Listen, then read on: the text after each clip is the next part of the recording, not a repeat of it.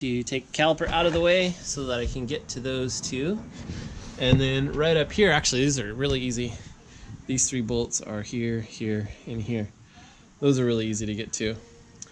The nice thing about these new coilovers is the top plates are part of the shocks. Last time I did my coilovers, I had to compress my springs from the stock shocks, remove the top plates, install them on these guys. And I was really excited about these when I got them, but I've only had them for 5 years and the front ones are already leaking. And that didn't bother me too much because I thought, oh, I'll just replace the shock part. Called H&R Springs and they are discontinued. So not only do they not sell them, they don't service them either because they're discontinued. So that kind of left a sour taste in my mouth. Whereas the BC stuff, they've been selling this for a while and they still have parts for them. So if I have leaky shocks, I can order just a new shock portion for like 70 or 80 bucks. So that's pretty sweet. So this one, I'm gonna make more of a how-to. So I'm gonna show you how to take off your rear caliper. There's 2 guide bolts here, one on the top, one on the bottom. And these 2 bolts are actually fairly easy to take off.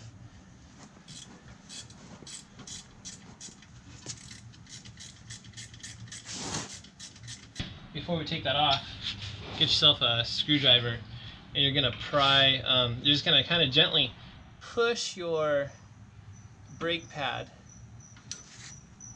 And what you're doing is you're compressing your piston back to give you room to pull your caliper off.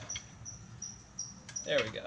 So we push that piston back in and now it's gonna be much easier to take caliper off. So you tilt it outward, and then after you have that tilted outward, you lift up, and there you go. There's your caliper off with just 2 bolts.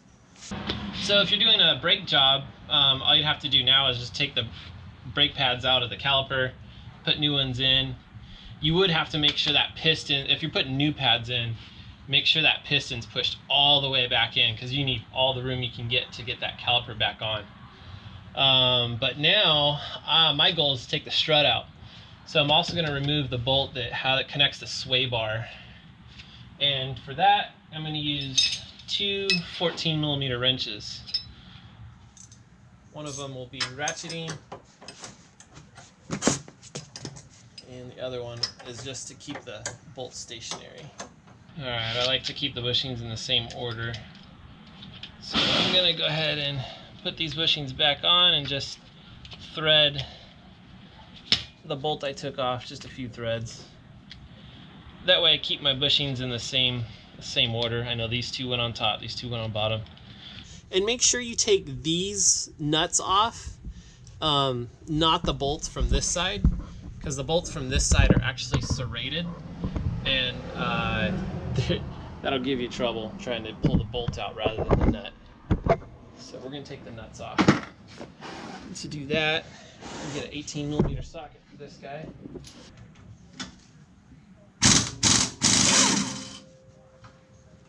Alright, that came off nicely. 18mm nut there.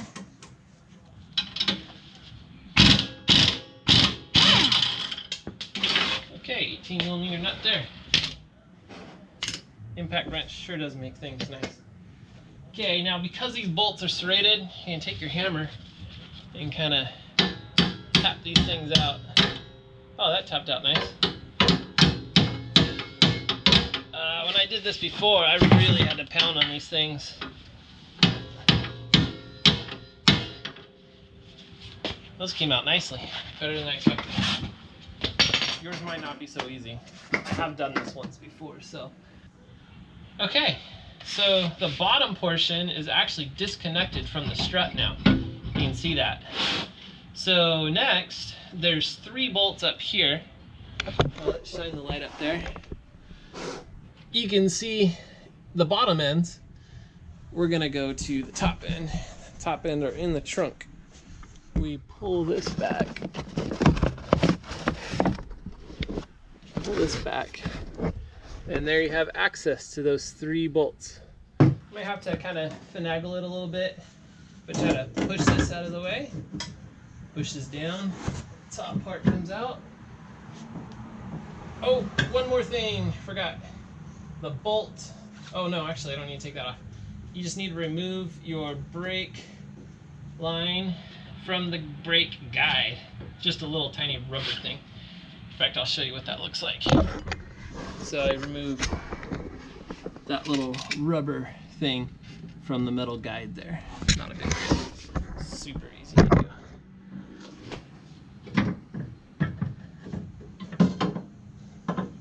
Okay, there we go. There we have it. We just removed our rear strut. So do yourself a favor and position your widest gap towards the front of the car. So that means I'm actually going to have to twist this plate, this top plate, towards the front of the car because it didn't come out of the box that way. Okay, that'll save me a little bit of issue. My other next piece of advice is to try to mount these two bolt holes first, and then maybe use a floor jack and kind of push the shock up into the 3 mounting holes. I'm going to leave those loose. I am going to put the nuts on just to make sure the bolts don't back out.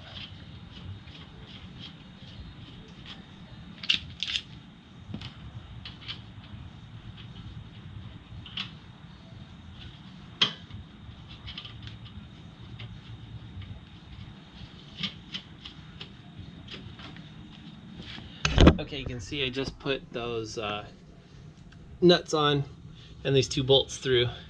So that was super easy. Now we're going to try to mount those 3 holes up there. I'm going to try to use my floor jack to kind of push that up.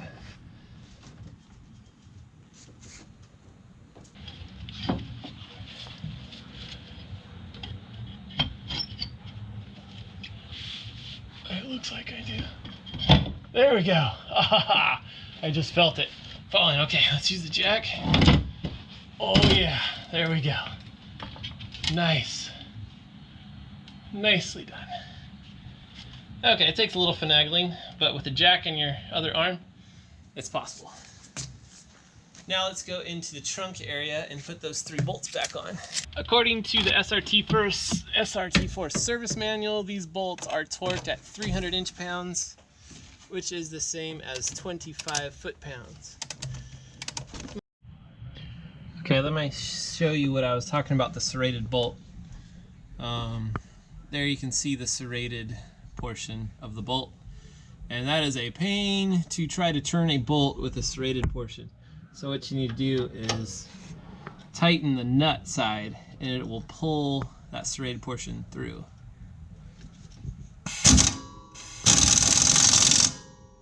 Well, just like that. Okay, now that the bolt pulled through, we're going to torque those. And the torque setting, according to the service manual, is 65 foot-pounds. So, here we go, 65 foot-pounds. Take the 18mm socket off my impact wrench and put it on my torque wrench.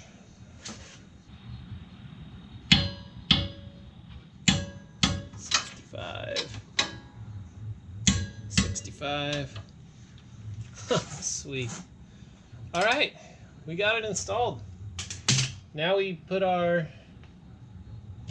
sway bar linkage back on and the caliper back on, and we should be set. Now, if you are lowering your car with coilovers like this, this is a shorter sway bar linkage than is stock. The rod for the stock sway bar linkage is much longer, and so your sway bar would be like way up here.